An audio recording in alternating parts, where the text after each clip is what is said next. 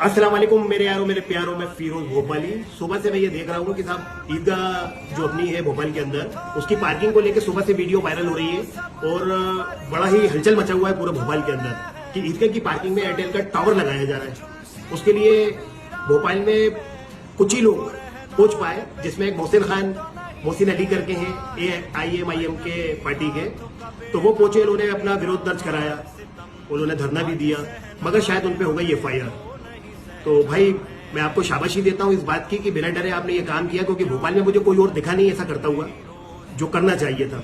भले वो नेतागिरी के हिसाब से हो, मुसलमानों के फेवर की बात हो, लेकिन किसी ना किसी को मत जाना था, बड़े इंसान को भोपाल के, जिसको ये काम को रुकवाना था और इसकी पूरा मामले को सेट करना था।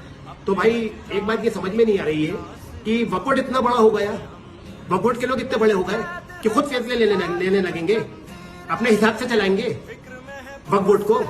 भाई वक्फ जो है अल्लाह की प्रॉपर्टी कही जाती है। अभी जब बीजेपी सरकार उसको डुबोने की कोशिशों में लगी थी तो यही बातें हो रही थी ना कि अल्लाह की प्रॉपर्टी। लड़ तो हम सब रहे थे ना, इंसान, पूरी दुनिया का इंसान लड़ रहा था, पूरे हिंदुस्तान का इंसान लड़ रहा था ना, मुसलमान लड़ रहा था ना वक्फ की लड़ाई के लिए। तो ये बिना पूछे बिना किसी के आप कैसे एयरटेल का टावर लगा लोगे? आप लानत है आप लोगों पर।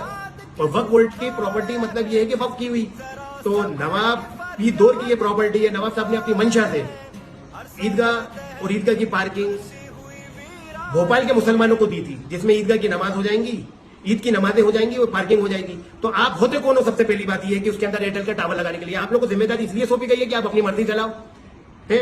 अब दूसरा वीडियो मैंने ये देखा, उस वीडियो में ये बताया जा रहा है कि सर टावर इसलिए लगा रहे हैं कि गार्ड आ जाएगा और गार्ड भागी रखवाली कर लेगा। भैया इतने सालों से जो काम नहीं हुआ, अब ये काम क्यों हो रहा है? इसके आगे कोई बहुत बड़ी प्लानिंग दिख रही है मुझे। सबसे पहली बात मैं आप लोगों को बता रहा हूँ, आप लोगों पर भरोसा नहीं है हमें, तो सख्त बिल्कुल खुले अल्फाजों में हम आपसे कह रहे हैं, क्योंकि हम देख रहे हैं वक्त की प्रॉपर्टी की क्या हालत हो रही है भोपाल के अंदर और सारी दुनिया के अंदर।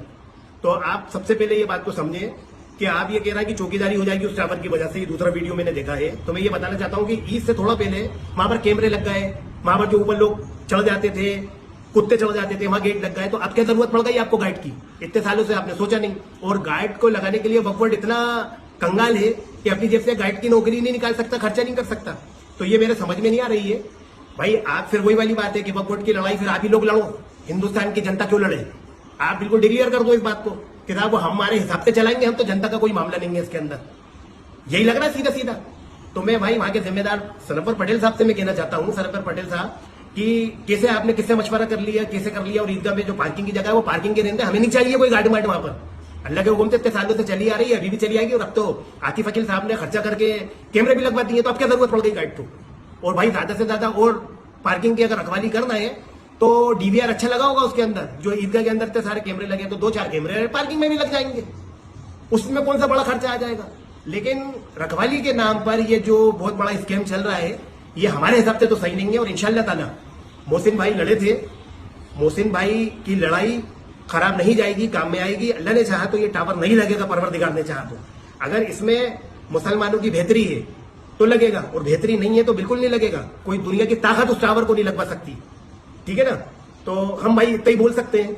और क्या करें, नींद नहीं आती रात भर, तो इसलिए